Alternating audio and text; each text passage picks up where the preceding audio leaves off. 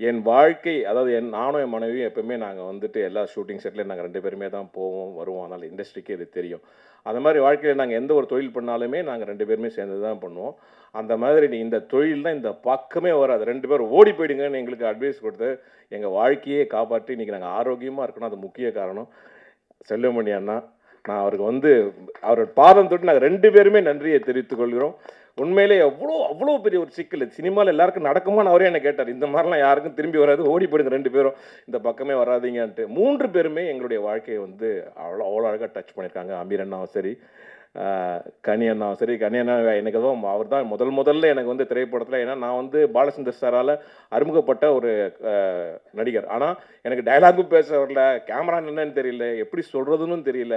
அத என்ன வந்து அப்பவே 2005ல என்ன வந்து அவ்வளோ பக்குவமா என்ன வந்து கம்ஃபர்ட் ஜோன்ல வச்சு, இந்த டயலாக் இப்படிதான் கோபி சொல்லணும். இப்படிதான் நடந்துனே சொல்லணும். பேசினே சொல்லணும்னு என்ன வந்து அப்போ ஆரம்பிச்சு, இன்னைக்கு இப்ப அடுத்தது அவரு இயக்குற ஸ்கூல் பஸ்ன்ற திரைப்படத்துல எனக்கு ரொம்ப ஒரு மிக முக்கியமான ஒரு கதாபாத்திரத்த குடுத்து, வாழ்க்கையில என்ன வந்து ஒரு ரெஸ்பான்சிபிள் ஆக்டர். எல்லாரும் என்ன காமெடியனா பார்ப்பாங்க. சொன்னா கேட்க மாட்டாரு. ஏதாவது பேசினே இருப்பாரு. அப்படிதான் என்ன எல்லாருமே பார்ப்பாங்க. சாம் உட்பட. ஸோ என்ன வந்து அழகா இவன எப்படி வேணாலும் மாத்திக்கலாம் அப்படின்னு சொல்லுவாரு. அவ்வளவு அழகா எனக்கு வந்து ஒரு வாய்ப்பு குடுத்து, எங்க 2 பேருமே வந்து அந்த மாரி எப்பவுமே வரவேற்பாரு.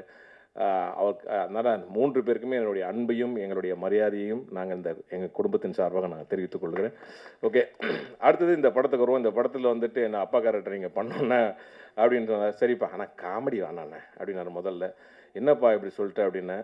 இல்ல காமெடி பண்ணக்கூடாது. நீங்க அப்பாவா தான் பண்ணணும் அப்படின்னாரு. நான் இப்பதான்ப்பா நான் சிரித்தால் பண்ணேன். அப்பாவா வேண்டாம்ப்பா எல்லாரும் அத கேட்கறாங்க வேண்டாம் அப்படின்னேன்.